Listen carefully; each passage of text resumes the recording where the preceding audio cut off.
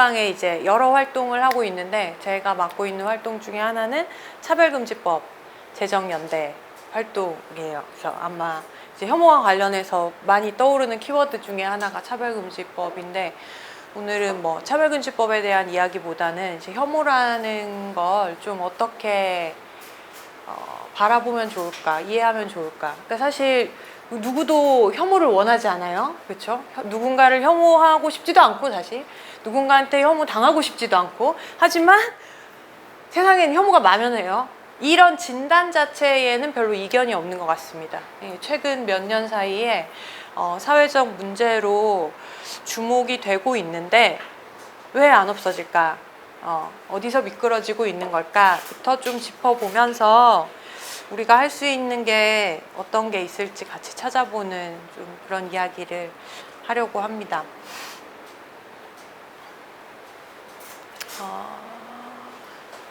이게 혐오 관련해서 말이 칼이 될 때라는 책이 몇 년 전에 나왔는데 2년쯤 됐나요? 혹시 들어본 적 있으세요?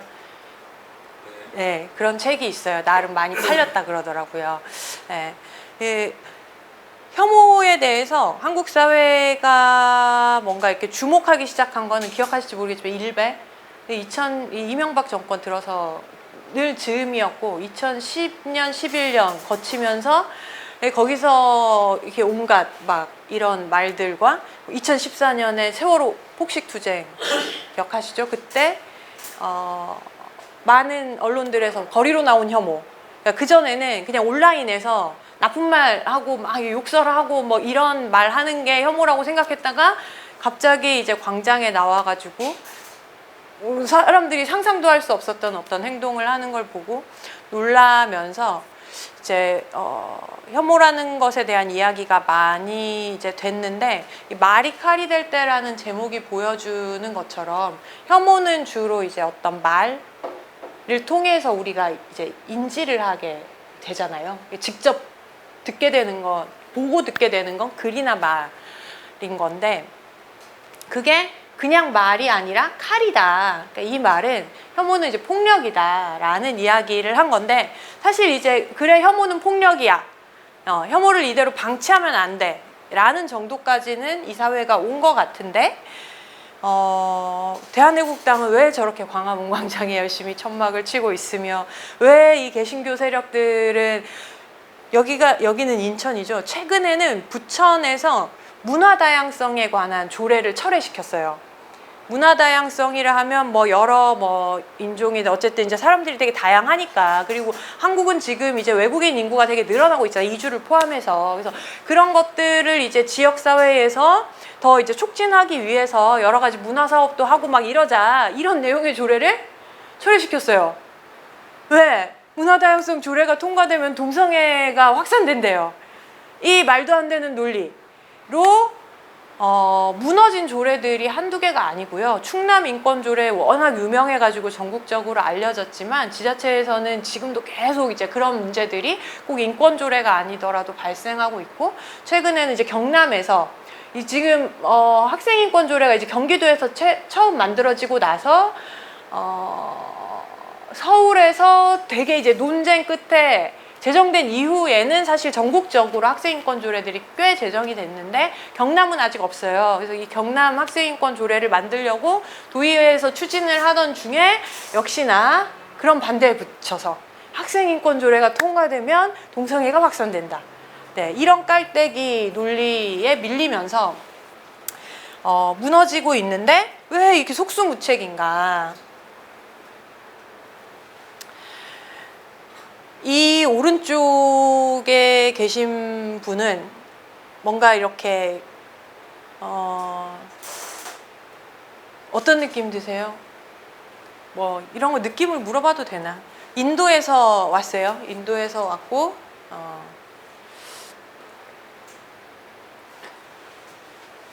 뭐 그냥 이렇게 길에서 보면 이주노동자처럼 좀 보이시나요?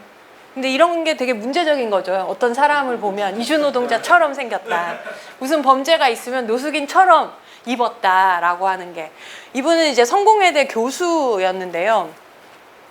버스에 한국인 친구랑 같이 탔다가 이제 좀 술 취했었던 것 같아요. 50대 남성이 이 더러워 막 이러면서 너 냄새나. 버스에서 이제 난동을 피운 거예요. 이게 막 이제 위압적인 자세로 계속 시끄럽게. 이게 이제 한국에서는 최초로 이제 인종차별적 발언으로 법원에서 유죄가 된 사건이거든요. 사실은 저 사람이 만약에 그냥 정말 우리가 이렇게 연상할 수 있는 어떤 이주 노동자였다면 사회가 그만큼 관심을 안 가졌을 수도 있을 것 같아요. 이게 부끄럽지만 우리 현실이잖아요. 근데 어쨌든 끝까지 싸웠죠. 저런 소리 듣고 가만히 안 있는다 라고 하고 이제 싸웠고, 그래서 국가인권위원회에도 진정을 했고, 이후에 이제 법원에서 인종차별 발언으로 결정을 받았습니다. 근데 어떻게 인종차별 발언 같으신가요? 이 발언 어떻게 생각하세요? 네. 뭔가 좀 네. 아래의 말을 볼까요?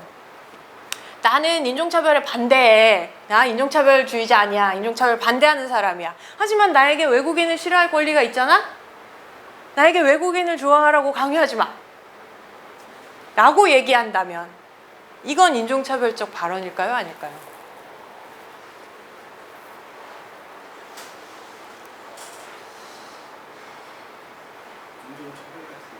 왜 그렇게 생각하세요?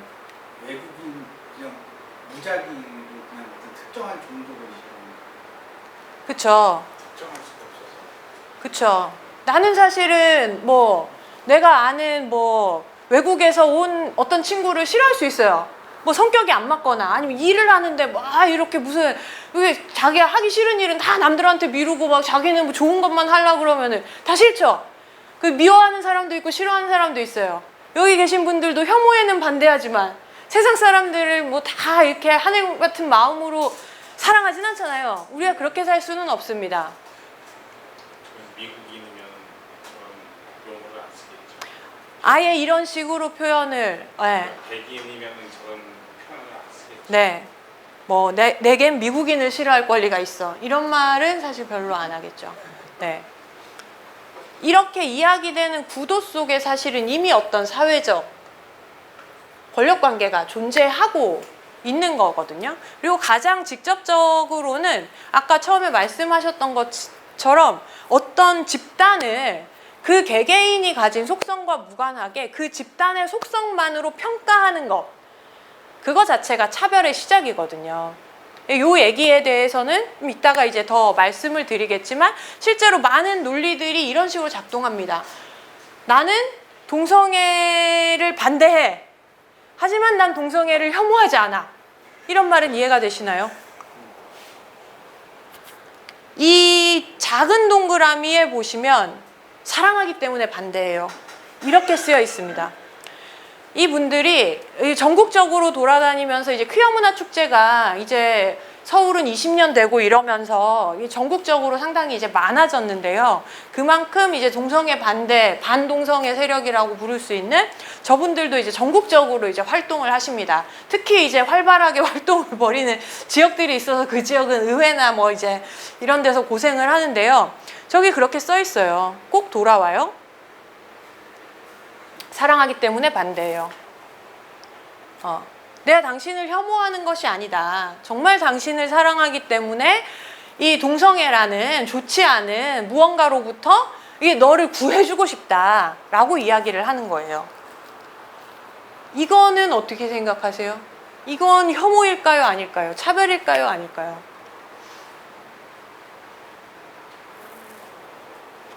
네? 동성애 질병으로 보는 거 아니에요? 질병 혹은 죄악이라고 보는 거죠. 저분들은 대체로 이제 좀 종교적 베이스에서 출발하잖아요. 요즘은 이제 의학이 꽤 많이 결합해가지고 의대 교수 이런 사람들도 이제 막 동영상 강의를 하고 이러는데 죄, 병 이 두 가지가 이제 동성애를 댕하는 거죠. 어쨌든 이제 한 사람의 정체성을 구성하는 어떤 중요한 속성을 없어져야 할 것. 그러니까 네가 동성애자인 채로는 나는 너를 인정하지 않겠다라는 말이기도 하잖아요. 되짚어서 얘기를 하면. 그러니까 그런 점에서 마찬가지의 혐오의 이제 표현이라는 거죠. 그리고 이 위에 있는 사진은 여기 플랜카드 보이시는지 모르겠지만 뭐라고 쓰여 있는지 보이시나요? 세월호 단식 실체 규명, 저 뒤에 가려져 있는데 실험 단식입니다. 2014년에 사람들이 이제 폭식투쟁에 엄청 관심을 가졌었는데, 그때 유민 아버지가 이제 혼자 단식을 이어가고 있을 때, 폭식투쟁은 너무나 이제 선정적이어서 사실 광장으로 나왔기 때문에 사람들이 주목을 했는데, 이 청계광장이거든요. 청계천에서 저기 한 3명이 이제 했었던 것 같은데, 사람이 그렇게 오래 단식을 할 리가 없다. 이건 분명히 거짓말이다. 보상을 더 받으려고 저렇게 이제 겉으로 막 이제 그 아빠라서 그렇게 이제 하는 것처럼 하는 거다. 내가 진짜 그렇게 오랫동안 단식이 가능한지 해보겠다. 라고 하면서 저 현수막 걸고서 이제 단식을 했어요. 며칠 했는지는 제가 몰라요. 그래도 이제 하루 이틀 하다가 끝내지는 않았습니다. 네. 폭식투쟁과 되게 다른 느낌이죠. 하지만 결과적으로 폭식투쟁과는 똑같은 효과를 냅니다. 저 단식은 거짓이다. 혹은 저 단식을 하는 사람이 주장하는 것은 뭔가 이 숨은 다른 의도가 있다. 이런 식으로 사실 세월호 유가족들의 투쟁을 폄훼하고, 이것은 궁극적으로 이제 세월호 유가족들이 자기가 하고 싶은 말을 못하게 한 거거든요. 그러니까 막 유언비어 돌고 보상 때문에 이런다고 이제 도니까 사람들 만나기가 두렵고, 사람들을 만나도 내가 이제 하고 싶은 말을 있는 그대로 들어줄지 의심스럽고, 내가 뭐라고 얘기하든 보상 때문일 거라고 얘기하면 내가 상처받을 거라서 또 말하기가 두렵고, 이런 게 계속 이제 악순환이 되는 거거든요. 그러니까 핵심적인 문제는 그거예요. 입을 막는 것. 소수자의 입을 막는 것. 근데 사람들은 이런 식의 어떤 뭐랄까요, 연성 혐오, 부드러운 혐오에 대해서는 그렇게 함께 분노하지 않습니다. 실제로 사람들이 혐오와 관련해서 분노하는 거는 혐오스러운 것에 가까워요. 어떻게 사람이 저런 말을 하지? 이런 거죠. 5.18 광주항쟁, 5.18 민중항쟁에 이 희생자들에 대한 모욕 발언들이 사실 인터넷에서 이제 초기에 이제 막 문제가 됐고 최근까지도 이어지고 있는데, 그런 말들은 사실은 약간 어떤 상식 수준에서 상상할 수 없는, 어떻게 사람이 저런 말을 해? 사실 이것은 혐오 발언이기 이전에 혐오스러운 발언인 거죠. 근데 이런 것들에 사람들이 더 주목을 하는데, 사실 그 혐오스러운 건 전 도덕의 문제라고 생각하거든요. 인륜? 도덕의 문제라면 혐오, 그 형식이 무엇이건 간에 같은 효과를 갖는 저 본질적인 무언가는 인권의 문제입니다. 그래서 혐오라는 인권의 문제에 대해서 조금 더 이제 살펴보려고 하는데요. 이 사진은 혹시 이렇게 어떤 사람들인지 아시는 분 계실까요? 예. 네, 조선학교 맞습니다. 일본에 있는 조선학교를 다니는 학생들입니다. 예, 무슨 소송을 했다가 이제 져서 울고 혹은 이제 좀 이렇게 침울해하고 있는 사진인데요. 제특회라고, 제일조선인 특권을 반대하는 모임이라는 게 이제 일본에 처음에 온라인 카페로 만들어졌어요. 한국에서 비교하자면 이제 불체본 같은 거죠. 불체본이라고 아세요? 불법 체류 추방운동본부. 그러니까 2007년인가 이제 인터넷 카페가 만들어져서 엄청 새를 불리면서 활동을 했었는데, 이제 불체본은 이제 오프라인으로까지 나오지는 않았어요. 근데 이 제특회는 오프라인으로 매우 적극적으로 나왔습니다. 그래서 이제 거리로 나온 넷 우익이라는 이제 책도 있는데, 이 사람들이 하는 게 그런 거예요. 거리로 나와서 데모를 해요. 어떤 데서 하냐? 제일 조선인들이 많이 모여 사는 동네나 학교 앞에서 해요. 그리고 뭐랄까, 참 입으로 옮기기 어려운 무슨 축 이런 온갖 이 욕설, 모욕적인 말들을 막 이제 하면서 꺼져라, 뭐 너네는 이제 뭐 너네 땅으로 가라, 하여튼 이런 식의 것들을 하고, 심지어 학교 하나를 습격합니다. 그래서 교토 조선학교 습격 사건이라는 사건이 2010년대 초반이었던 것 같은데, 하여튼 그런 사건이 발생했습니다. 아이들이 얼마나 무서웠겠어요. 우린 그냥 학교를 다니고 왔는데 갑자기 우리를 막 무슨 바퀴벌레하고 막 뭐 이렇게 이야기하는 이제 무리들이 약간 좀 대한애국당 느낌이지 않았을까 싶어요. 그냥 제가 생각하기에는. 그래서 이 사건 이후에 사실은 그 전에도 좀 이런 문제에 관심을 가진 일본 시민사회 이제 활동가들이 있었는데 더 적극적으로 좀 활동을 하게 되면서 2017년에 일본에서는 헤이트 스피치를 금지하는 법률이 만들어집니다. 이제 그래서 인종차별, 이것도 이제 일본에서 인종차별이잖아요. 매우 심각한 인종차별 문제로 다뤄지고 있고요.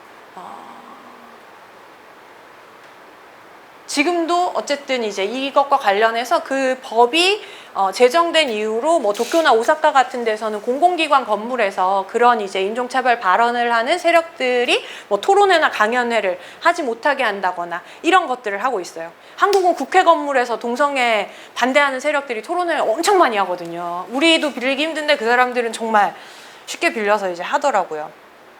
근데 무엇이 문제일까? 이런 혐오에서 이 혐오라는 것은 아까 말씀드렸듯이 이제 인권의 문제로 접근할 때 이제 혐오는 무엇이냐? 혐오는 이제 사전적 의미로는 뭔가 미워하고 싫어하는 거잖아요. 근데 우리가 미워하거나 싫어하는 감정을 안 가지고 살 수는 없어요. 근데 그 모두를 인권의 어떤 이 개념 키워드로서 혐오라고 하는 건 아니고요.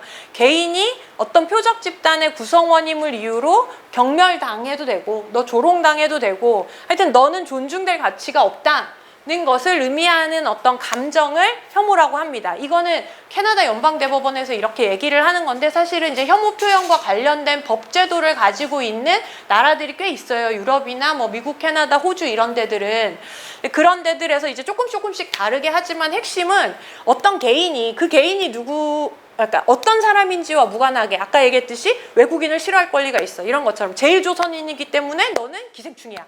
이런 식으로 이야기하는 그래서 너는 이 사회에서 동등한 시민으로 존중될 가치가 없어. 이런 것들을 풍기는 이런 감정을 이제 혐오라고 이야기를 하죠. 혐오의 1차적인 문제는 당연히 혐오에 직접 노출되는 그 구성원에 대한 폭력이라는 점이에요. 말이 칼이 된다는 거예요. 우리는 이렇게 강의를 하면서 그냥 뭐 그런 어떤 혐오 발언들을 옮기기도 하고 그렇지만 우리가 일본에서 제1조선인으로 살아가고 있다고 생각을 하면 길을 지나다가 어떤 사람들이 모여서 막 집회를 하는데 제1조선인 막 어쩌고 저쩌고 그래. 그럼 어떠실 것 같으세요? 무섭죠. 그리고 피하고 싶겠죠. 그리고 나 조선인 아닌 척하고 싶겠죠. 이런 식의 위축감을 낳고 여러 가지 이제 어려움을 낳습니다. 그래서 이제 제1조선인들에게 이제 쏟아진 어떤 혐오와 관련한 이제 연구들이 일본에서는 이제 꽤 되고 그랬었는데 인터뷰를 하고 이러면은 어쨌든 이제 그 집회 세력을 만난 장소에 또 가기가 너무 두렵다. 그래서 이제 길을 가는데 그 길을 안 가고 돌아간다거나 아니면 이제 새로운 사람을 만나는 것 자체가 이제 두려워져서 왜냐하면 얼굴 보고 모르잖아요. 저 사람이 제1조선인을 혐오하는 사람인지 아닌지 모르니까 이 모든 사람들을 만나기가 이제 두려워지고 실제로 이제 사회생활을 하는데 여러 가지 이제 제약을 받게 되는 거죠. 그리고 그게 그냥 어떤 감정, 두려움이나 불안이나 위축감이나 이런 것들을 낳는데 그치지 않습니다. 그래서 너는 학교에 나오지 마. 그래서 너는 해고야. 이런 것들로 다 이어지거든요. 그래서 아까 조선학교 습격 사건이 있었다 그랬잖아요. 그 사건은 어쨌든 이제 대법원까지 가가지고 잘못한 걸로 인정을 받고 이제 손해배상 이제 승소를 했어요. 그럼에도 불구하고 지금 교토조선학교들은 다른 공립학교들이 받는 지원금을 받지 못합니다. 제도적으로 차별을 당하고 있어요. 꼭 개인이 그렇게 직접적으로 당하는 어떤 해고 같은 불이익이 아니라고 하더라도 그 집단 전체를 향해서 사회적인 불이익이 가해지거든요. 이게 이제 혐오랑 맞물려서 발생하는 문제죠. 그리고 이게 우리는 혐오하면 어쨌든 이제 말에서 어떤 시작을 하게 되는데 말로 절대로 끝나지 않는다. 이런 게 이제 혐오의 피라미드라고 이야기하는 것이기도 한데, 이 혐오의 피라미드는 그냥 개념적으로 얘기하면 그냥 잘 모르겠네? 그냥 농담, 뭐 개그 콘서트 같은 데서 하는 그냥 약간 비하 발언, 뭐 저거는 좀 그런데 하지만 이제 한 번은 들어줄 수 있을 것 같은 그런 발언들이 이제 쌓이다 보면 그게 더 모욕적이고 공격적인 그런 말들이 되기도 하고, 구조적으로 괴롭힘이나 너 그딴 식으로 해가지고 뭐 약간 이런 걸로도 이어지고, 실제로 폭행이라든지 살인이라든지 이런 걸로도 이어진다는 겁니다. 그래서 제일 꼭대기에 있는 게 이제 제노사이드라는 거죠. 실제로 인류는 이런 일이 있을 거라고 상상도 못했었지만 2차 대전 때 그 유대인 학살이라는, 유대인만 학살당한 건 아니었죠. 동성애자, 장애인 이런 사람들이 너네 사회적으로 쓸모없는 사람들이야. 그 사람 한 사람 한 사람 전혀 무관하게 그냥 넌 유대인, 유대인은 이런 사람, 넌 장애인, 장애인은 이런 사람, 넌 동성애자, 동성애자는 이런 사람. 그래서 사회적으로 절멸해야 할 이유가 되어버렸어요. 그래서 의도적이고 시스템적으로 한 인종을 말살시키는 것이 가능했고, 실제로 뭐 미국 같은 경우에도 인종차별이 살인으로, 살인 방화 이런 거 엄청 많았거든요. 그래서 그 왜 빌리 할리데이의 유명한 노래 중에 하나가 이제 스트레인지 프룻이라는 제목을 단 노래가 있는데요. 엄청 이제 슬픈 노래인데, 이 스트레인지 프룻은 우리말로 번역하면 뭐 이상한 열매, 이 백인들이 흑인들을 그냥 이제 나무에 매달아 놓은, 죽여서, 이런 이 사건들이 그 여러 지역들에서 발생하면서 이제 만들어졌던 노래기도 하거든요. 그것들을 그리면서. 그래서 실제로 이런 일들이 발생한다는 겁니다. 그러니까 혐오 발언이라고 할 때 저 말을 어떻게 하지만을 고민해서는 사실은 바꿀 수 있는 게 많지 않아요. 그 말들이 사실은 이 모든 어떤 이 구조를 포함하고 있다라는 거를 좀 늘 신경 쓸 필요가 있는데요. 근데 이제 한편으로는 혐오는 그러면 사회적인 소수자만 당하는 문제냐, 혹은 사회적 소수자에게만 힘든 문제고, 예를 들면 뭐 우리도 일본 안 살고 한국에 사니까 괜찮은 거냐 라고 묻는다면 그렇지는 않다는 거죠. 실제로 제일 조선인들이 경험하는 것처럼 일본에 사는 조선인, 일본인 이렇게 나누는 것 자체가 사실 사회를 어떤 이제 통합적인 논의나 이런 것들이 이제 불가능하게 만드는 거잖아요. 물론 사회 통합이 꼭 좋은 건 아닙니다. 박근혜도 좋아하는 그 사회 통합을 우리가 같이 좋아할 이유는 없고요. 하지만 사회에는 수많은 다른 의견을 가진 사람들이 존재합니다. 그런데 어떤 선을 그어놓고 특정 집단의 이야기는 들을 가치가 없어 라고 한다면 그 사회가 민주주의 사회라고 할 수 없겠죠. 사실은 이제 민주주의 사회에서 혐오를 배척해야 하는, 혹은 사라지게 해야 되는 이유이기도 할 텐데요. 우리가 근본적으로 동등한 인간이라는 감각을 되게 자연스럽게 잊게 되거든요. 이런 문화에 길들여지다 보면. 그리고 사실 그러면 나도 저렇게 했을 때 혐오당할 수 있어 라고 하는 어떤 자기 검열들이 가능합니다. 예를 들면 김치녀 된장녀, 여기 남성분들이 훨씬 많으시니까 얘기를 공감이 될지 모르겠지만, 김치녀 된장녀 막 이런 말이 떠돌면 그게 어떤 여성을 지칭하느냐와 무관하게 난 김치녀는 아니야 이런 게 된다는 거죠. 그리고 뭐 그런 거 있잖아요. 우리가 참 이런 병신이라는 말을 사람들이 이제 많이 쓰는 욕설 중에 하나인데, 그래서 어느 순간 이렇게 나 병신처럼 보이면 안 되는데 이런 생각 하게 되잖아요. 그럴 때 병신처럼이라고 하는 무언가가 있어요, 사람들한테. 이런 걸 사회에 만드는 게 혐오이기도 하거든요. 이런 것들이 실제로 대립을 구성하면서 민주적 논의 자체를 불가능하게 하고, 그래서 민주주의가 훼손이 되고, 실제로 이럴 때에는 사회적으로 존재하는 어떤 문제들이 바람직한 해결 방향을 찾기가 너무나 어렵습니다.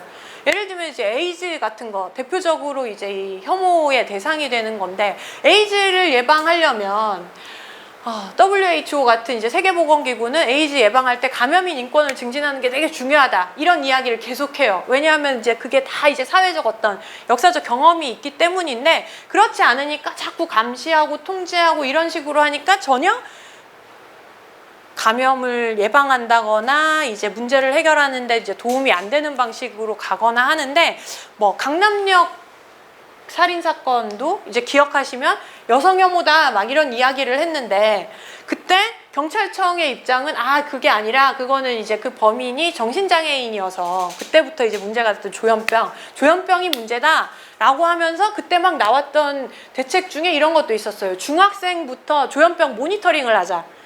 그러니까 전국의 조학생들이 미리미리 발견해가지고 치료를 받는 게 중요하니까 이런 것들이 여성 안전 대책으로 나오는 거예요. 좀 사회적 낭비 아닙니까 이거? 뭐 하자는 겁니까 이거? 예? 그렇게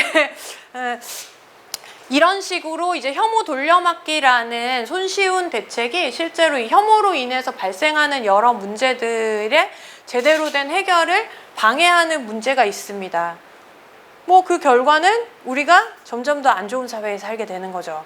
예, 그러니까 우리 모두의 문제이기도 할 텐데요. 한국 사회는 사실은 이제 혐오를 이렇게 제대로 들여다보기보다는 혐오 표현만을 문제 삼았어요. 이거는 다른 말로 하면 혐오스러운 표현에는 경악하지만 사실 혐오의 문제가 무엇인가? 저는 그 핵심은 누구의 입장에서 생각하느냐라고 생각하거든요. 최근에 뭐가 있었지? 왜 그 익산시장이 잡종강세 막 이런 얘기 해가지고 문제가 돼서 이주 여성분들이 이제 막 기자회견도 하고 집회도 하고 뭐 이랬었거든요. 근데 이제 저도 그거를 들었을 때 막 이런 강의를 하고 다니면서도 미친 거 아니야? 막 이런 말이 나오고 막 어떻게 그런 말을 하냐. 그리고 막 이제 해명한다고 나온 말이 뒤기라는 말은 쓸 수 없어서 잡종이라는 말을 썼다 이런 해명을 했잖아요. 그러니까 막 막 이런 마음이었어요. 그래서 이주 여성분들이 전국에서 모여서 집회를 한다고 해가지고 국회 앞에 이제 집회를 하러 나갔거든요. 근데 제가 좀 되게 반성했던 게, 그러니까 제가 들으면서 느꼈던 그런 것과 이주 여성 당사자분들이 느낀 감정은 전혀 다른 성격의 무엇이더라고요. 그러니까 저 그 자리에 앉아 있으니까 같이 막 눈물이 나더라고요. 이게 서러움, 울분 같은 거. 그러니까 저는 뭐 저딴 인간이 다 있어라고 그 발언을 한 뭐 일종의 가해자라면 가해자, 그 발언을 한 이제 발화자에게 주목을 했잖아요. 근데 사실 혐오의 실질적인 문제는 그걸 듣는 사람들이 어떤 경험을 하는가, 그것이 인권에 어떤 영향을 미치는가 이 지점에 있거든요. 그러니까 사실은 그 발언이 그냥 뭐 저런 말을 하는 인간이 다 있어라고 하면서 하나의 에피소드로 넘기기에는 사실 그 말 하나에 이주 여성들이 한국에서 10년, 20년 살면서 겪었던 이 서러움과 차별과 이 모든 것들이 응축된 거죠. 응축돼서 그리고 그 말에는 이주 여성에 대한 모욕뿐만 아니라 그 아이들이 사실 학교나 이제 앞으로 사회에서 당할 어떤 처우까지 너무 이 통으로 다 그려지는 거잖아요. 그러니까 그 감정이 이제 엄청 복잡할 수밖에 없고 그 문제의 해결이 말 실수했습니다. 이걸로 될 수 없는 이유이기도 한데 사실 이제 한국 사회가 이런 방식으로 혐오에 접근하지를 별로 못했습니다. 그래서 이제 처음에 이제 일베가 막 이제 문제가 됐을 때 사실 일베가 사회에 등장한 방식도 이상한 애들이 나타났다. 온라인에서 일도 못하고 막 청년 실업이 문제여가지고 지금 인터넷에서 뭐 이상한 애들 생겼다. 이런 식의 진단이 대부분이었거든요. 그래서 이제 그때 막 언론에 나왔던 기사 중에 일베에 의사도 있더라. 기자도 있더라. 이런 게 뉴스가 됐어요. 왜냐하면 너무나 이례적이라고 느껴졌기 때문에 그런 사람 중에는 소위 말하는 멀쩡한 사람은 없을 거라는 이런 가정이 있었던 거죠. 그래서 어떤 사회로부터의 일탈을 문제 삼았지 그 사회 자체를 문제 삼지는 않았습니다.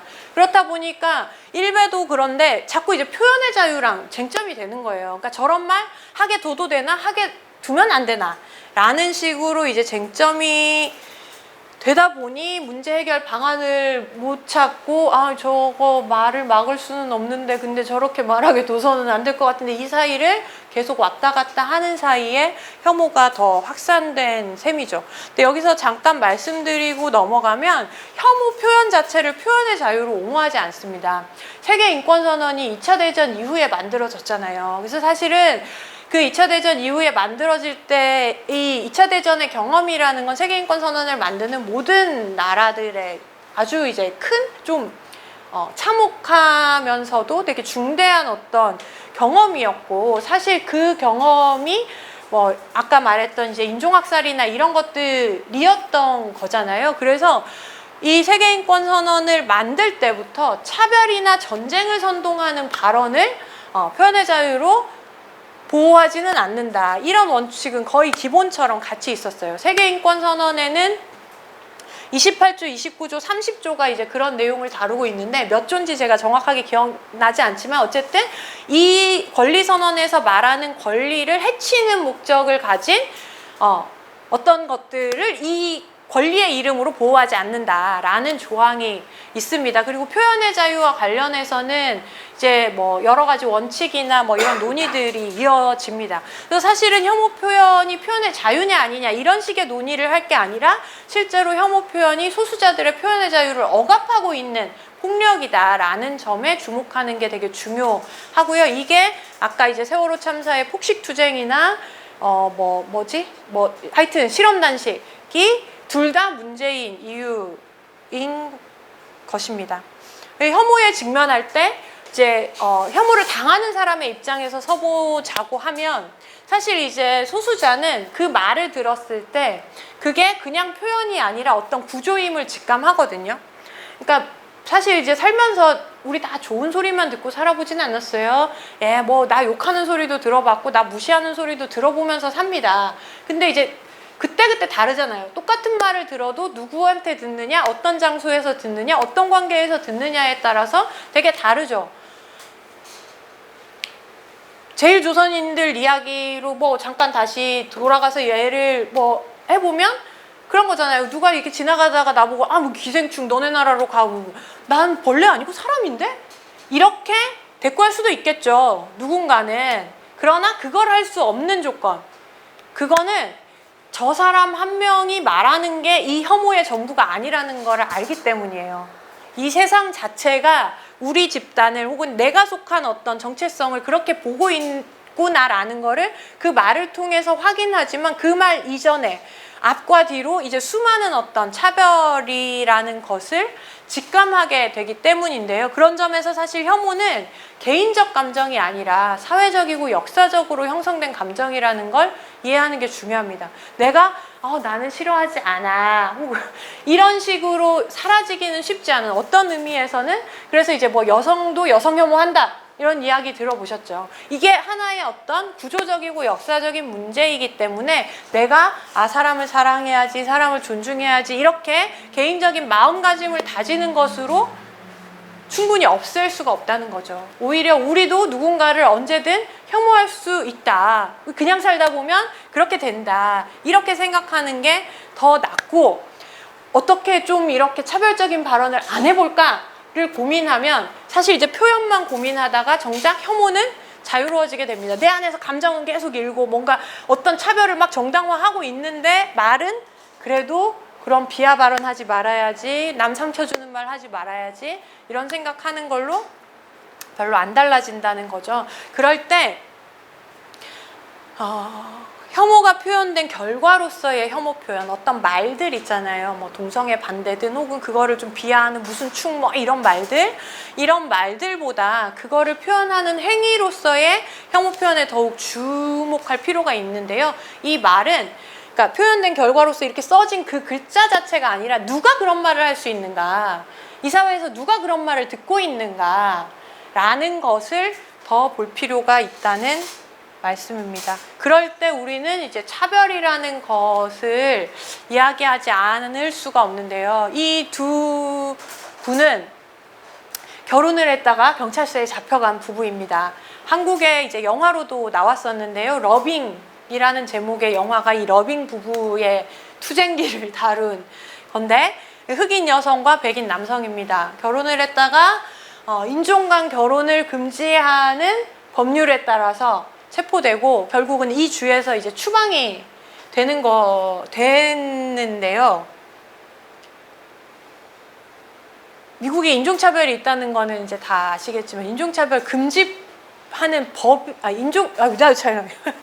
제가 실수했죠. 인종 간 결혼을 금지하는 법이 있었어요. 인종차별금지법은 이렇게 싸워서 그 후에 만들어진 거고, 인종 간 결혼을 법으로 금지하고 있었습니다. 그래서 이 두 부부가 불법 상태가 된 거고, 불법 체류처럼 불법 상태가 된 거고, 위헌 소송을 제기한 거예요. 그래서 연방 대법원에서 어쨌든 이제 그것은 이제 헌법에 어긋난다라는 결정이 나고 나서 이제 주법들이 바뀌면서 이 인종 간 결혼을 금지하는 법이 없어졌어요. 근데 지금 생각하면 도대체 어떻게 그런 법이 있을 수 있지? 너무나 이상하잖아요. 근데 그때 어떻게 있었을까요, 진짜?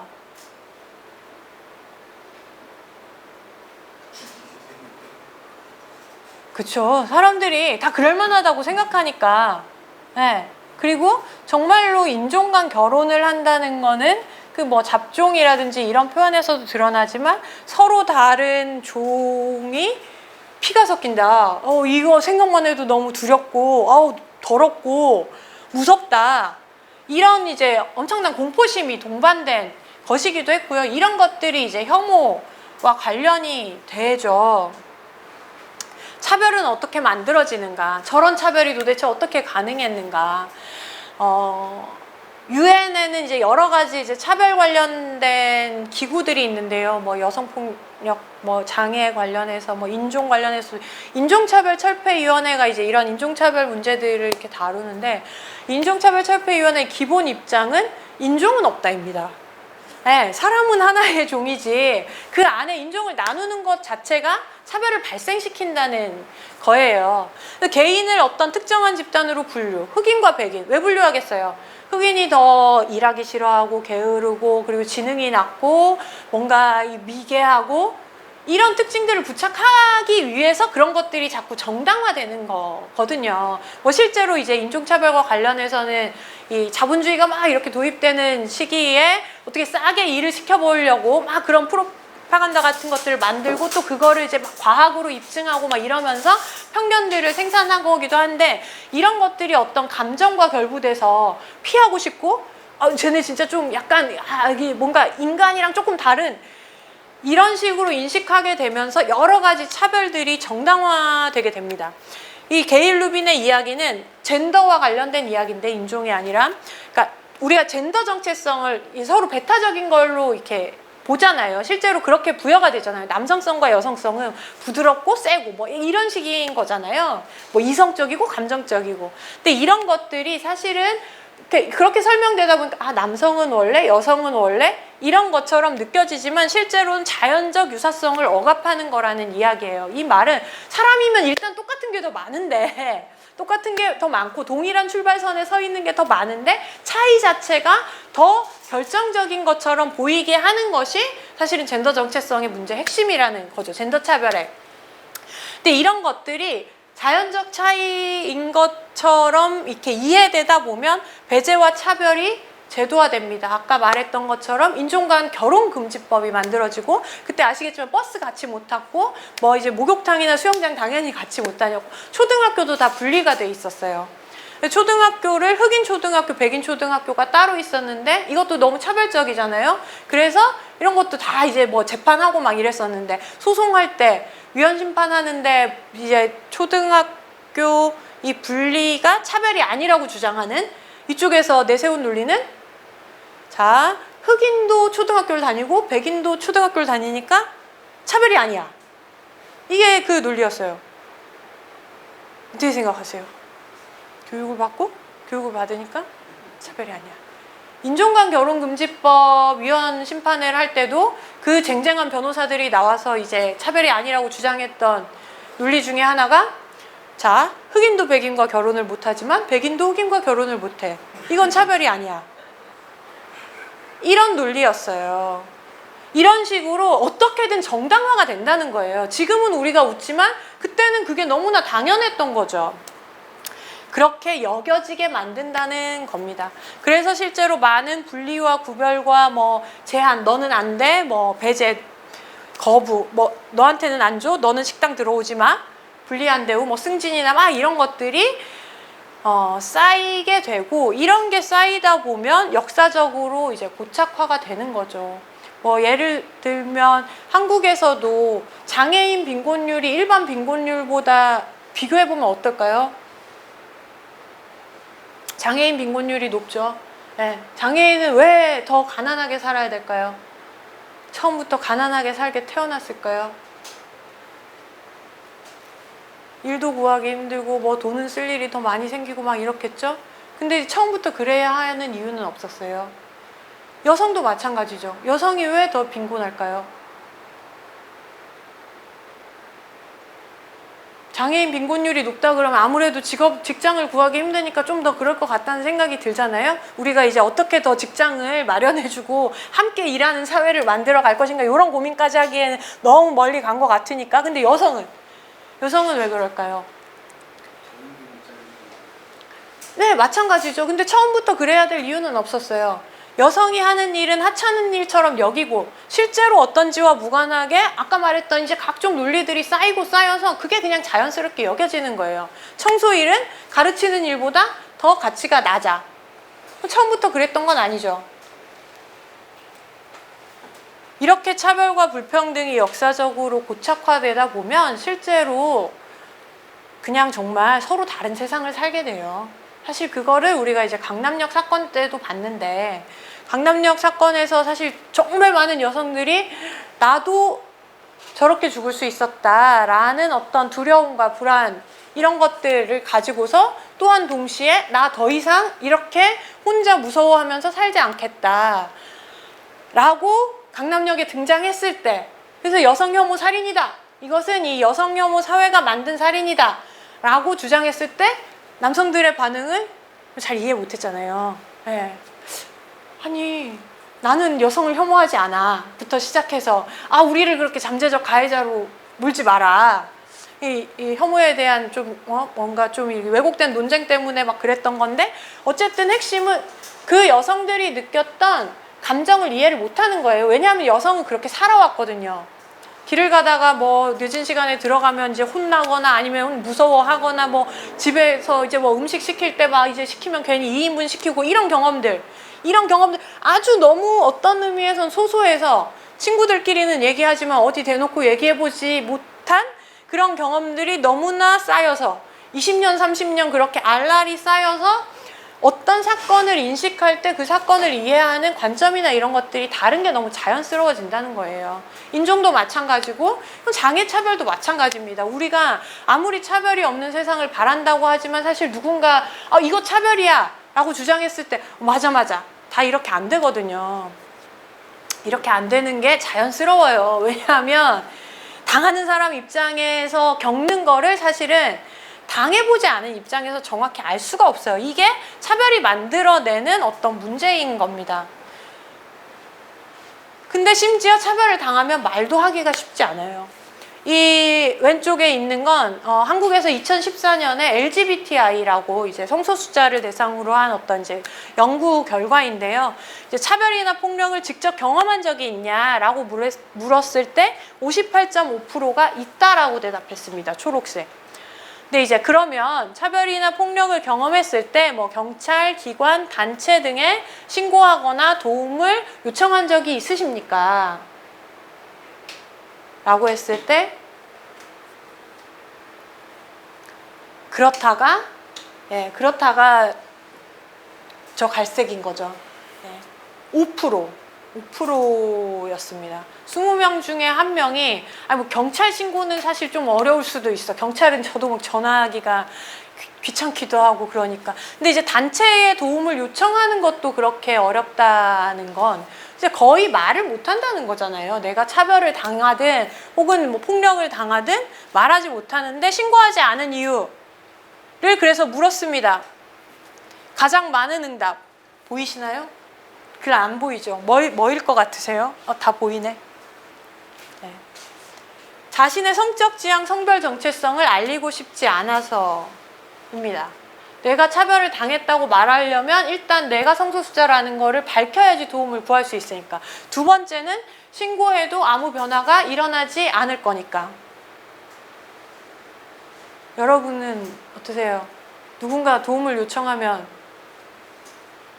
함께 변화를 만들어 주실 건가요? 네?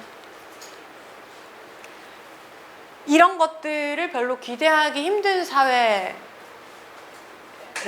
거죠. 그렇기 때문에 사실은 차별이나 폭력 경험, 그러니까 차별 경험들이 사회적으로 많이 일단 안 알려져요. 우리가 이제 한국이 차별적이라고 물으면은 많은 사람들이 되게 차별적이라고 해요. 특히 성차별, 학력차별 심하다고 응답을 합니다. 근데 그래서 어떤 차별이 있었어? 라고 물어보면 이야기되는 것들이 별로 없어요. 사회적으로 차별로 이야기되는 것들이. 그래서 이 국가인권위원회에서 차별행위의 상담 현황을 이제 표로 정리를 한 건데요. 2013년부터 2017년까지 이제 상담이 들어온 차별을 차별금지 사유별로 분류를 한 겁니다.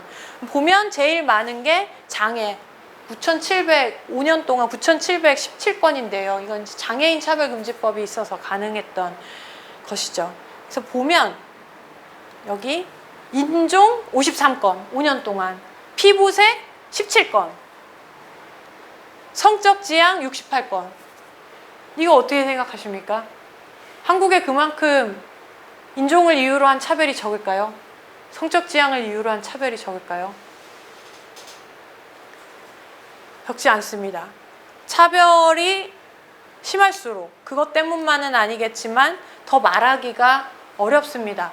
그래서 우리가 사실은 차별 경험을 이해하기가 더 어려워지는 거기도 하거든요. 그래서 차별당하기 쉬운 사람들일수록 말하기가 어렵고, 차별당하는 사람은 아까 얘기했듯이 자신을 드러내는 것부터 도전을 받아서, 한국에 무슬림이 몇 명인지 아세요? 한국인 무슬림, 이슬람교를 믿는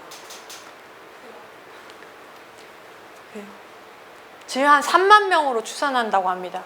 생각보다 적지 않죠. 근데 왜 3만 명으로 추산할까요? 한국은 왜 인구주택 총조사 같은 이런 국가 통계가 있잖아요. 사회조사 같은 거 하면 종교 인구가 다 이 통계가 나오거든요. 그래서 기독교 인구 몇 %, 뭐 천주교, 불교 이런 게 통계에 다 잡힙니다. 무슬림은 물어보지 않습니다. 국가 통계에서. 아예 그냥 없다고 생각해버리고 혹은 무시하는 거죠. 그러다 보니까 한국은 또 무슬림에 대한 이 오해와 가짜뉴스가 작년에 예멘 난민들 이제 들어오면서 엄청나게 퍼진 데에는 그냥 무슬림이 너무나 낯선, 주위에 무슬림 친구가 있을 거라고 별로 예상해 본 적 없으시죠? 네. 우리 주위에 없을 것처럼 생각되는 존재라서 가짜뉴스가 더 쉽게 퍼질 수도 있었던 건데요. 근데 한국인 무슬림도 이제 3만 명 정도 추산이 되고, 한국에 들어오는 이주노동자들 중에 이제 이슬람 국가에서 오는 이주노동자들이 많아서 전체 무슬림 인구는 10만 명도 더 넘는 것 같더라고요. 근데 이제 평창올림픽 할 때 이제 무슬림 기도하는 기도원 못 짓게 하고, 개신교 세력들이 그래가지고 기도하는 장소가 필요하잖아요. 이제 무슬림은 이제 종교 관습이 있어가지고, 근데 이제 기도실을 따로 만드는 거를 이제 못 짓게 해가지고 되게 부끄러운 뭐 그런 일도 있었는데, 이 사람들은 당연히 이제 무슬림 왜 터번이나 아니면 여성들 히잡 같은 거 이제 천주교에서 성당 가면 뭐라 그러죠? 이거 쓰는 것처럼 약간 종교 의식을 할 때 쓰는 거잖아요. 근데 이제 그런 것들을 하기 두렵다는 이야기들을 많이 하세요. 드러내야 되니까. 드러내는 것부터 되게 도전을 받기 때문에. 그리고 말을 해도 내가 차별당했다 그러면 아 그래? 라고 해줄지, 아유 뭐 그게 차별이야, 네가 왜 그렇게 예민해, 아니면 뭐 네가 자꾸 그렇게 살아가지고 세상 일이 다 그렇게 부정적으로 보이는데 꼭 그런 게 아니야, 이런 식의 말들을 더 많이 듣게 된다는 거죠. 그리고 중요한 거는 사실은 이제 알아듣는들 이게 바뀔까? 세상이 바뀔까?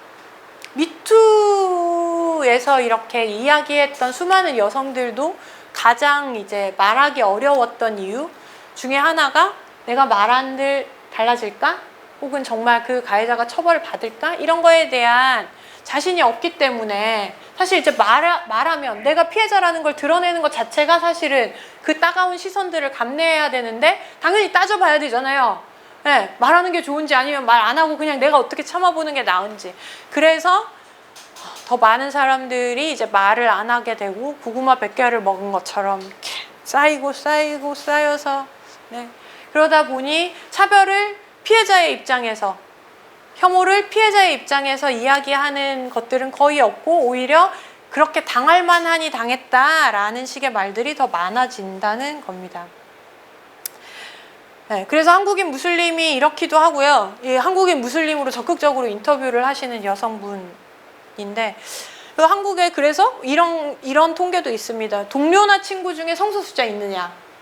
동료나 친구 중에 성소수자 있으신 분 우리 몇 퍼센트 될까요? 둘, 넷, 6명 중에 6명 중에 1명이면 10 몇 프로인가요? 네, 한국은 이제 4%라고 아까 얘기했던 2014년 조사에서 응답했대요. 해외에 같은 문항으로 질문을 하면 50% 가까이 나옵니다. 네, 맞추시려고 했어요? 깜짝 놀랐어요. 놀라셨어요? 네. 한국 사람 중에 무슨 일이 있어요? 한국인요? 3만 명. 네, 아까 계속 말씀드린 한국인 무슬림. 전체 10만 명 넘는 거는 이제 이주노동자들까지 포함해서고 그냥 한국 국적의 한국인, 한국에서 태어나고 한국 국적의 사람. 한국에 살고 있는 무슬림을 한국 국적의 한국 그 뭐라 그래야 되지? 그런 거 이런 것도 다 지금 약간 인종 민족 이런 문제가 있는데, 예, 이주해서 들어온 사람들 말고 여기서 나고 자란 사람 중에도 3만 명이라는 거였고요. 여기에 이주까지 포함하면 훨씬 규모가 큽니다. 그리고 동료나 친구 중에 성소수자가 있느냐고 질문했을 때 여기는 그래도 퍼센테이지가 좀 높은 것으로 괜찮은 것으로 좀 더 4%밖에 응답을 안 했을까요? 한국은 동성애자가 더 적어서? 성소수자가 더 적어서? 그쵸. 얘기 안 해주는 거예요. 친구들이 지금 얘기 안 하고 있는 거예요, 여러분. 왜 여기서 두 분은 더 손을 드셨어야 됐어요, 지금. 얘기를 이제 얘기를 지금 못하는 게, 이런 문제가 있습니다. 그래서 잘 드러나지 않기 때문에 더 쉽게 혐오당하죠. 우리가 이렇게 정말 무슬림을 이렇게 직접 대면하면 너 여자 성폭력 하려고 왔지? 이런 말을 직접 하게 되지 좀 쉽진 않잖아요. 근데 작년 예멘 난민 때를 떠올려 보세요. 그 가짜뉴스들이 어떻게 돌아다녔는지. 없는 존재 취급을 하기 때문에 그게 가능해지는 거거든요. 그래서 이 혐오의 시대에 어떻게 맞설 것인가는 우리가 고운말 바른말 쓰는 것으로 절대 가능하지 않고 쉽지 않은데요. 이 지금 배경에 담은 사진은 장애여성 공감이라는 이제 단체에서 회원들과 함께 진행한 프로젝트인데요. 함부로 말 걸지 마라. 그다음에 나이를 묻지 마라.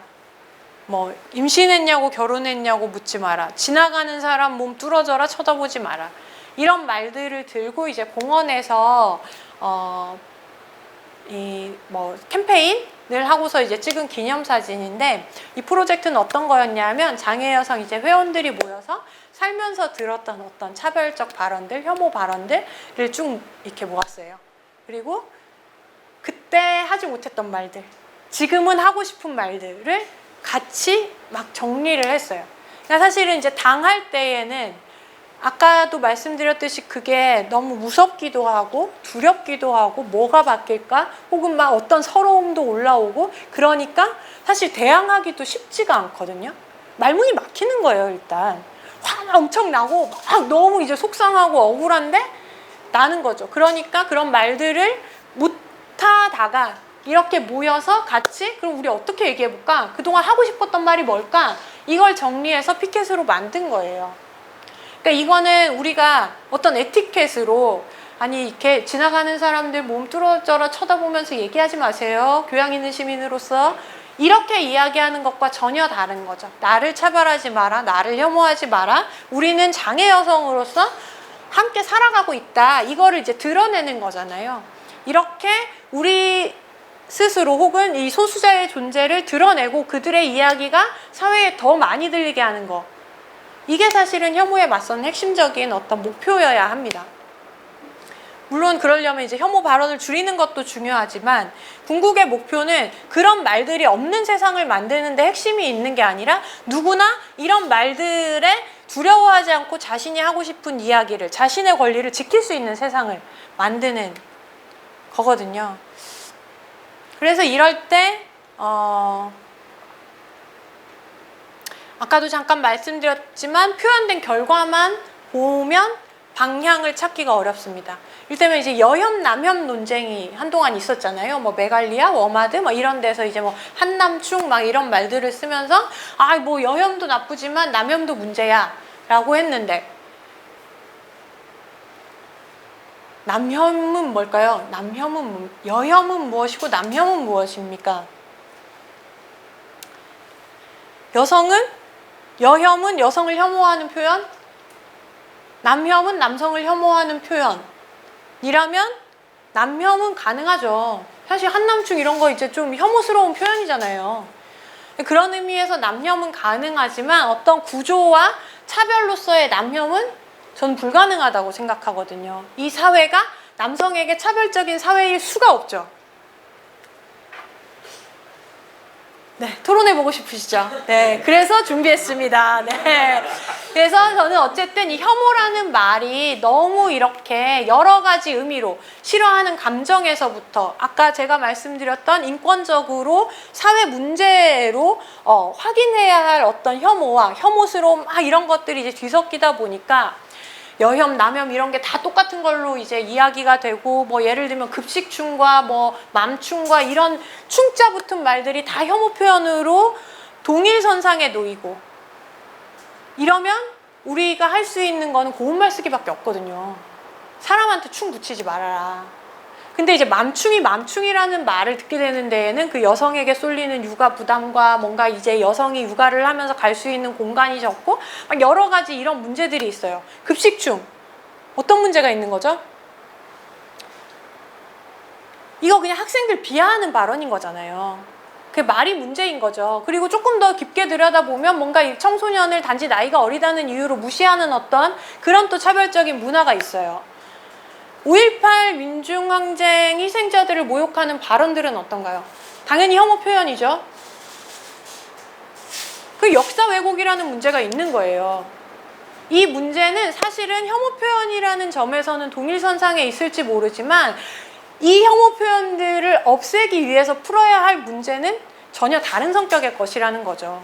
우리가 5.18에 대해서 뭐 이런 어떤 혐오 표현들을 쓰지 않고 그냥 북한군이 개입했는지 말았는지 토론해봐.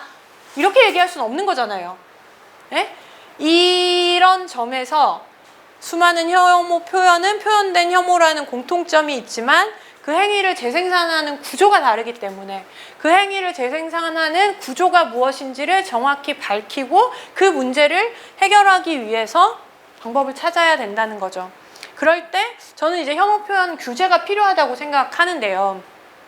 뭐 혐오 표현 이제 규제라 하는 것은 금지에서부터 뭔가 이제 여러 가지 제재 이 스펙트럼이 있겠죠. 뭐 예를 들면은 저기 텔레비전에서 방송할 때 어떤 발언들은 삐삐삐 이렇게 하고 이제 안 옮기잖아요. 이런 것도 규제의 일종인 거잖아요. 그냥 이제 자막 따는데 어떤 것들은 이제 보이지 않게 하는 거잖아요. 들리지 않고 보이지 않게. 이런 방식으로 다양한 이제 규제 방안을 마련해야 된다고 생각하는데요. 규제가 혐오 표현을 다 없애지는 못한다라는 점을 기억할 필요가 있고 실제로 혐오를 선동하는 세력이 주장하는 게 진짜냐 가짜냐 그럼 이를테면은 뉴스가 진짜냐 가짜냐 뭐 동성애 반대하는 사람들이 하는 이제 강연 내용이 진짜냐 가짜냐 무슬림이 뭐 이렇게 뭐 성폭력 막 이런 게 진짜냐 가짜냐 이런 걸 따지는 것은 중요하지만 가짜임을 밝힌다고 해서 예를 들면 북한군 개입설이 가짜임이 드러나면 지만원 가만히 있을까요? 다른 가설을 만들겠죠. 네. 이거는 진짜냐 가짜냐를 따지는 걸로 해소되는 논쟁이 아니고 그 사람들이 공격적으로 뭐 이제 뭐 광주 가가지고 막 이제 대한애국당처럼 이제 혹은 어버이연합처럼 이렇게 그래도 그렇게 말 통하죠. 이런 표현 써도 되겠죠. 어버이연합처럼 그렇게 하느냐 아니면 이제 무슨 학자처럼 이제 나와가지고 막 무슨 논문 발표하듯이 이야기하느냐 이런 것들은 별로 핵심이 아니다. 중요하지 않고요. 중요한 것은 혐오의 대상이 되는 그 표적 집단의 편에 이 사회가 함께 설 것인가 이렇게 함께 서서 이야기할 것이라는 확신을 그 표적 집단에 속한 어떤 소수자들에게 이 사회가 줄 수 있는가라는 것이라고 저는 생각을 합니다. 말이 칼이 되어도 아무도 개의치 않을 것이고 나와 우리의 존재는 사회로부터 보호받을 가치가 없는 것처럼 여겨진다는 감각이야말로 사실 혐오가 낳는 폭력의 핵심입니다. 그 사람의 말 자체가 그걸로 칼이 되지는 않는다는 거예요. 그걸 칼로 만드는 데는 사회의 어떤 문제가 있는 것이죠. 그래서 이런 것들이 이제 뭐 인종차별이나 뭐 여러 가지 성차별이나 어쨌든 이런 차별 철폐 운동의 경험이 있는 유럽이나 실제로 증오범죄 있잖아요. 얼마 전에 뉴질랜드에서도 무슬림을 대상으로 한 증오범죄가 있었고, 재작년인가는 올랜도라는 성소수자들이 많이 가는 미국 클럽에서 총기 난사 사고가 있었고, 이런 증오범죄들이 사실 전 세계적으로 문제가 되고 있고, 아시다시피 이제 유럽의 이제 극우 포퓰리즘은 이주민이나 난민을 이제 주된 공격 대상으로 삼잖아요. 그러니까 한국에 돌았던 가짜뉴스가 전부 다 한국에서 생산된 게 아니거든요. 전 세계적으로 유통되는 가짜뉴스들이 있습니다. 그래서 이 대항적 말하기라는 것에 대한 연구나 어떤 가이드, 매뉴얼 같은 것들이 꽤 나와 있더라고요. 왜냐하면 그런 말 하면 안 돼가 아니라 이렇게 말해, 혹은 이런 것들이 이제 더 많이 필요하기 때문인데요. 그러니까 누군가 동성애 반대라고 그러면 우리는 그 현장에서 가만히 있을 건가? 저 사람 이상하다고 생각하면서 그냥 지나갈 건가? 아니면은 뭐 그 가짜뉴스라고 얘기하면서 따져줄 건가? 이런 고민들을 이제 해야 된다.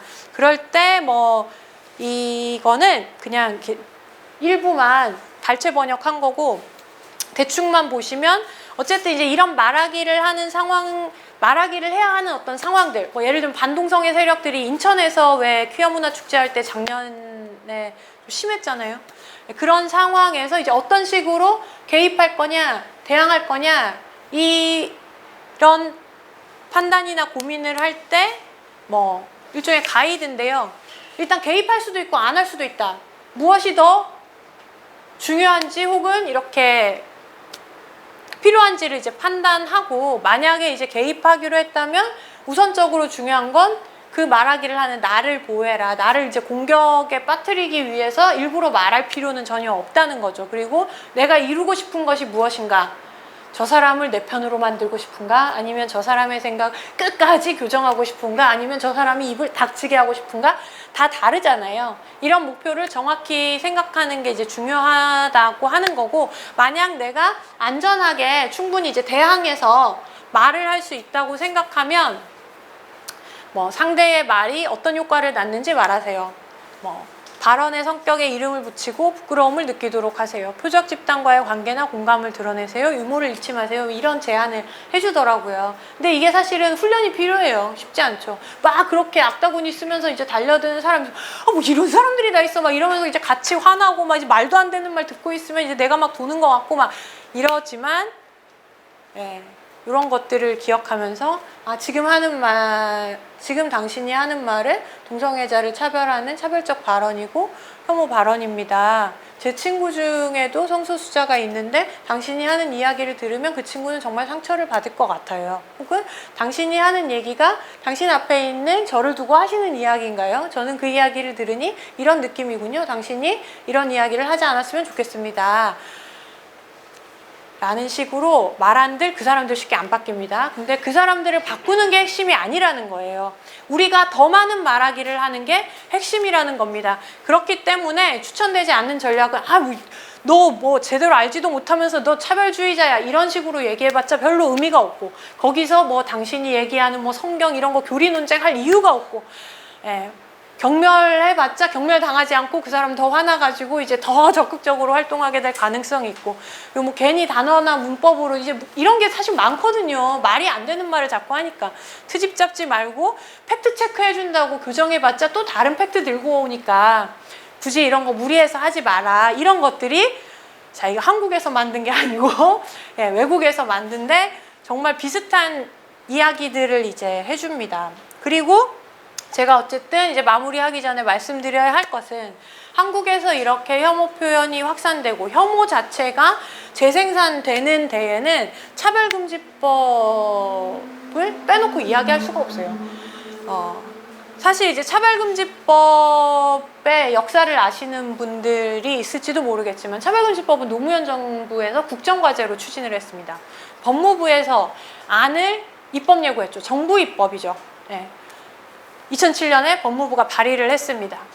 근데 발의를 했는데 입법 예고 기간에 이제 개신교 쪽에서 보수 개신교 쪽에서 사실은 이제 그건 저는 종교라기보단 그냥 혐오 선동 세력이라고 생각하는데요. 반동성애 세력이 엄청나게 이제 의견을 답니다.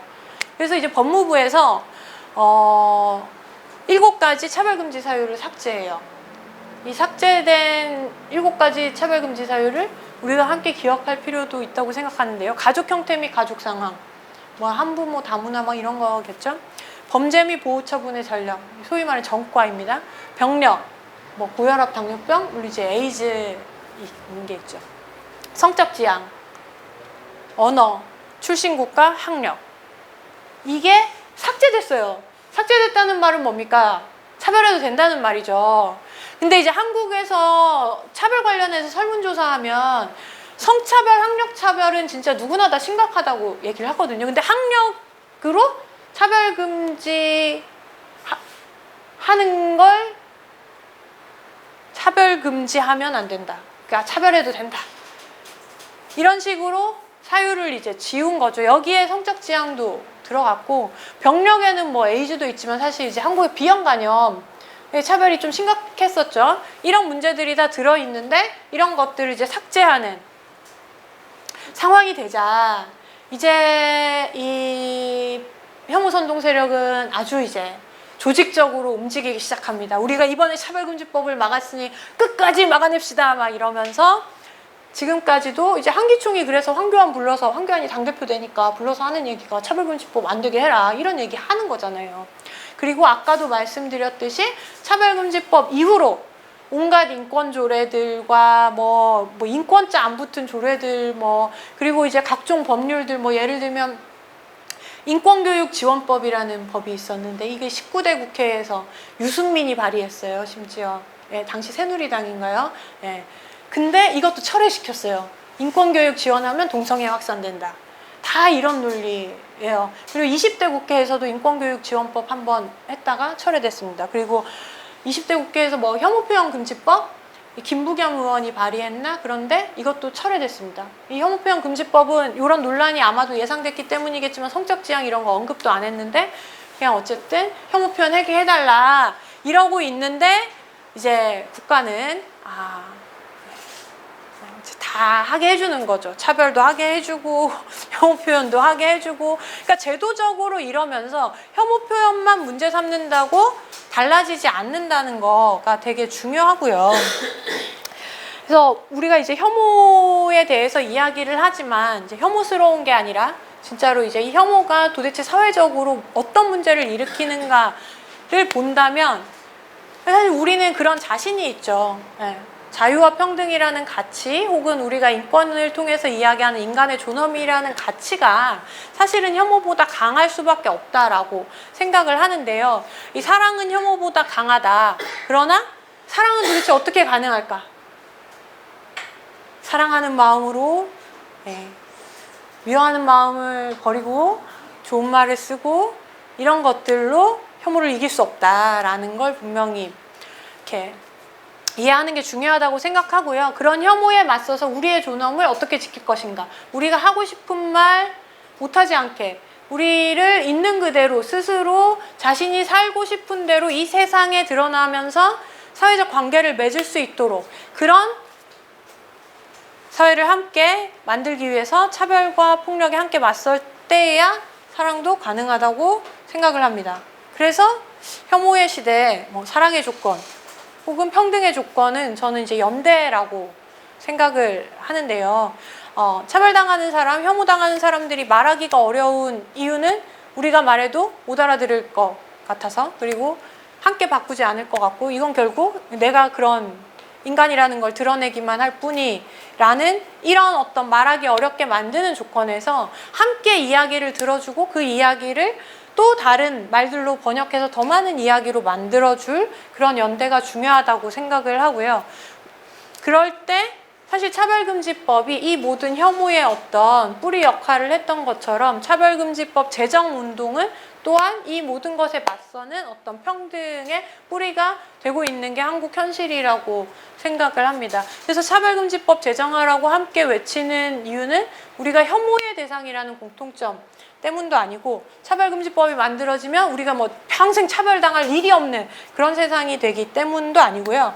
그걸 함께 외치는 자리에서 우리가 동료가 될 수 있기 때문이라고 생각하고요. 어떤 차별도 반대하겠다는 그 약속을 함께하는 어떤 시민들의 정치 공동체를 만들어가는 과정이 아닌가라는 생각을 저는 합니다. 그래서 작년에 이제 예멘 난민들이 들어오면서 이제 엄청나게 이제 혐오 집회도 열리고 막 인터넷에 온갖 뉴스들이 떠돌아 다닐 때 난민 환영 문화제라든지 뭐 난민들의 공동 행동의 날 뭐 이런 집회들이 열리고 했었거든요.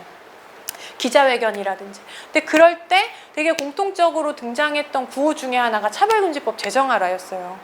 그건 뭐 차별금지법 제정연대가 가서 들었기 때문이 아니고요. 그 분들이 먼저 이제 들기 시작한 거거든요. 근데 이제 법제도적으로 얘기하면 사실은 이제 난민들이 겪는 문제를 차별금지법으로 풀 수 있는 건 극히 일부고 제한적입니다. 그럼에도 불구하고 왜 차별금지법 제정하라를 외치게 됐을까? 제가 아까 금요일에 그 이주 여성분들 집회 다녀온 이야기를 했었잖아요. 그때도 사실 이제 익산시장 발언이 문제가 됐고 익산시장 사퇴하라는 요구가 이제 핵심이었고 그 분노가 어쨌든 이제 우리가 예상했던 것보다 이제 훨씬 컸는데요. 그때도 익산시장 사퇴하라는 요구만큼 나왔던 요구가 차별금지법 제정하라더라고요. 저는 그것도 조금 놀랍기도 했고 뭔가 이렇게 더 많은 책임감을 느끼게 되기도 하는 어떤 순간이었는데요. 그런 말들을 일일이 차별금지법으로 다 막을 수는 사실 없거든요. 그리고 차별금지법이 제정된들 이주 여성들이 겪는 어떤 문제들이 한순간에 사라지거나 그렇지는 않음에도 불구하고 나 차별당했을 때 아무 말 못하고 계속 이렇게 당하는 거 못 참겠다. 이런 차별 없애자고 함께 싸우자. 이 얘기를 지금 차별금지법 제정하라는 요구가 하고 있는 것 같습니다. 그래서 한국에서는 뭐 차별금지법이 그런 이슈가 됐는데 어쩌다 보니까 다른 나라들에서는 그냥 막 이제 만들다 보니까 만들어진 그런 법인데 한국에서는 엄청난 이제 정치적 쟁점이 된 거죠. 근데 뭐 한국에서는 그렇지만 어쨌든 이제 차별이나 이제 혐오 같은 것들과 관련해서 차별금지법보다 좀 더 근본적으로 저는 이 얘기를 마지막으로 드리고 싶은데요. 차별이나 혐오에 대항하기 위해서는 개인이 용기 내는 것으로 예를 들면 커밍아웃은 개인이 용기를 내면 하는 거고 그렇지 않고 소심하면 못하는 이런 거 아니라고 생각하거든요. 그거를 들어줄 수 있는 관계, 장소, 조직들이 있을 때 가능해지는 거라고 생각합니다. 그러면 우리가 차별을 없애기 위해서는 차별 한번 안 당해보신 분이 있을지 모르겠지만 차별 당했다고 막 싸우고 싶지는 또 않으실 수 있을 것 같아요. 하지만 누군가 차별 당했다고 이것 좀 바꾸자고 이야기할 때 그걸 들을 수 있는 조직인가 관계인가 이 질문에 우리가 어느 만큼 대답을 할 수 있느냐에 따라서 사실은 이 사회 차별이 달라질 거라고 생각을 하고요. 이렇게 만들어내는 것이 바로 평등인 거 아닌가. 어떤 정책으로 뭐 똑같이 뭐 해주고 뭐 다 존중하자 뭐 이렇게 한다고 평등이 되는 게 아니라 우리가 어떤 차별이든 발견하고 그것을 변화시키기 위해서 함께 노력할 수 있다는 어떤 의지, 약속 이런 것들을 이제 구성하는 게 핵심이라고 생각을 하고 그만큼 혐오가 자리를 못 잡을 거라고 생각합니다. 이런 식으로 혐오에 맞서 싸워야 하지 않을까라고 생각하고 저기 영어를 번역하지 않은 것은 꼭 읽어보지 않아도 되기 때문에 저런 건데요. 네, 그래도 좀 말씀을 드리면 헤이트, 혐오에 맞서 싸우는 이제 10가지 방법을 여러 가지 이제 버전으로 만들었는데 저거는 커뮤니티를 위한 가이드예요. 여기서 1번 액트입니다. 뭐든 행동하라는 거예요. 그 커뮤니티가 함께 행동할 때 그것에 맞설 수 있다는 거거든요. 그래서 뭐 프레저, 그러니까 지도자에게 압력을 강해라. 그리고 더 크게 더 많이 말해라. 그리고 당신 스스로를 교육해라. 왜냐하면 우리도 되게 자연스럽게 차별과 혐오에 길들여져 있거든요. 그러니까 그런 것들을 뭐 기억하면서 좀 혐오에 맞서 싸울 수 있는 우리의 방법들을 찾아가야 되지 않을까라는 말씀을 마지막으로 드리고 제 강의는 일단 여기서 마치는 것으로 하겠습니다. 네.